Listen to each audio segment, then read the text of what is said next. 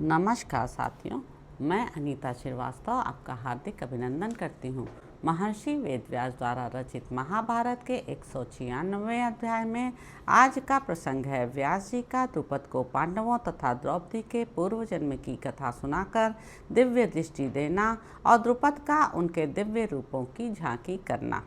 व्यास जी ने कहा, पांचाल नरेश, पूर्व काल की बात है। नैमिषारण्य क्षेत्र में देवता लोग एक यज्ञ कर रहे थे। उस समय वहाँ सूर्यपुत्र यम शामित्र कार्य करते थे। राजन, उस यज्ञ की दीक्षा लेने के कारण यमराज ने मानव प्रजा की मृत्यु का काम बंद कर रखा था। इस प्रकार मृत्यु का नियत समय बीत जाने से सारी प्रजा अमर होकर दिनों दिन बढ़ने लगी। धीरे धीरे उसकी संख्या बहुत बढ़ गई।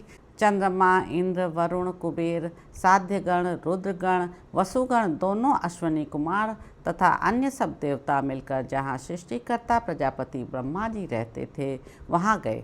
वहाँ जाकर वे सब देवता लोकगुरु ब्रह्मा जी से बोले, भगवान, मनुष्यों की संख्या बहुत बढ़ रही है, इससे हमें भय लगता है।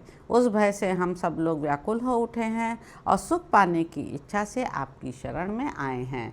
ब्रह्मा जी ने कहा, तुम्हें मनुष्यों से क्यों भय लगता है? जबकि तुम सभी लोग अमर हो, तब तुम्हें मरण धर्मा मनुष्यों से कभी भयभीत नहीं होना चाहिए।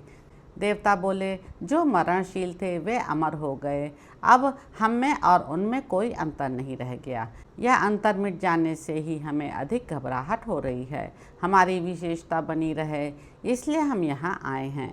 भगवान ब्रह्मा जी ने कहा, सूर्यपुत्र यमराज यज्ञ के कार्य में लगे हैं, इसलिए ये मनुष्य मर नहीं रहे हैं। जब वे यज्ञ का सारा काम पूरा करके इधर ध्यान देंगे, तब इन मनुष्यों का अंतकाल उपस्थित होगा।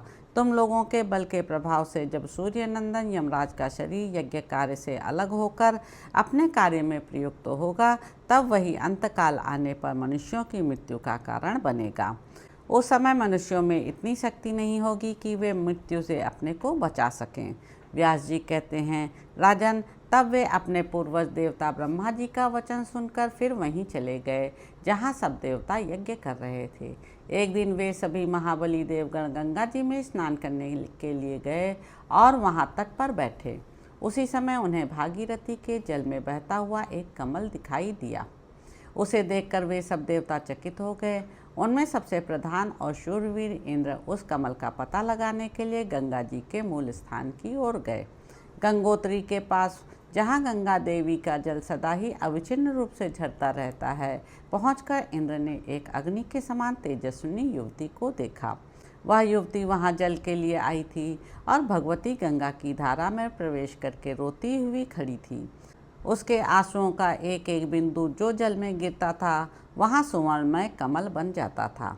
यह अद्भुत दृश्य देखकर ब्रजधारी इंद्र ने उस समय उस युवती के निकट जाकर पूछा, भद्रे, तुम कौन हो और किस लिए रोती हो?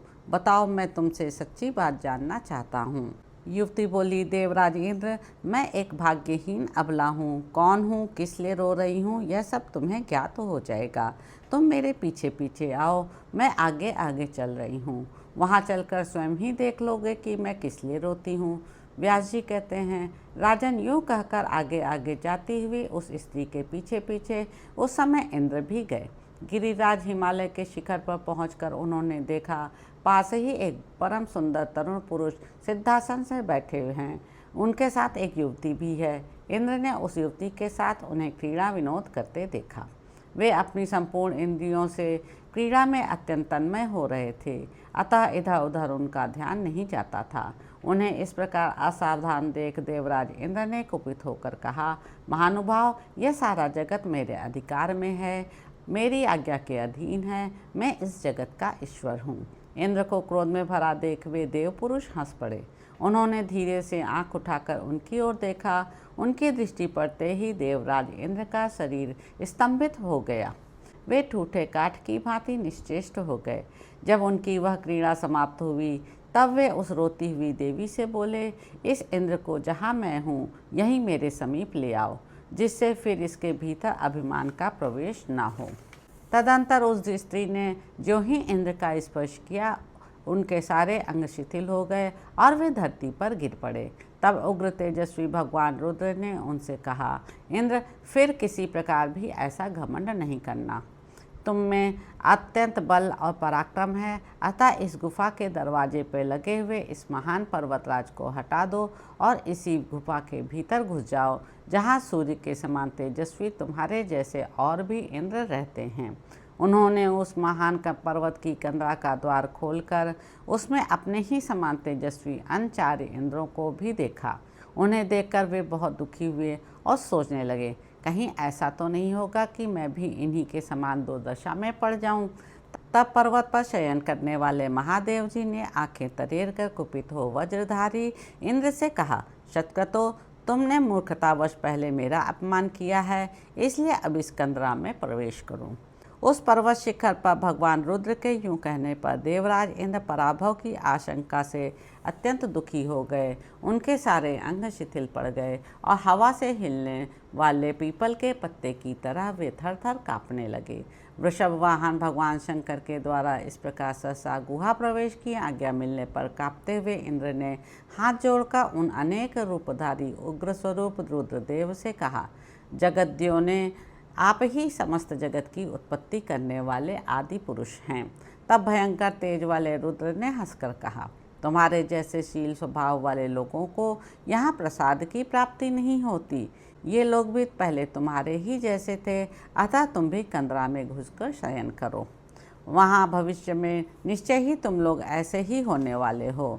तुम सबको मनुष्य योनि में प्रवेश करना पड़ेगा। उस जन्म में तुम अनेक दुस्सह कर्म करके बहुतों को मौत के घाट उतार कर पुनः अपने शुभ कर्मों द्वारा पहले से ही उपार्जित पुण्यात्माओं के निवास योग्य इंद्रलोक में आ जाओगे।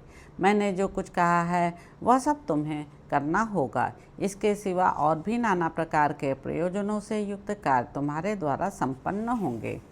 पहले के 4 इंद्र बोले, भगवान, हम आपकी आज्ञा के अनुसार देवलोक से मनुष्यलोक में जाएंगे, जहाँ दुर्लभ मोक्ष का साधन भी सुलभ होता है, परंतु वहाँ हमें धर्म, वायु, इंद्र और दोनों अश्वनी कुमार ये ही देवता माता के गर्भ में स्थापित करें।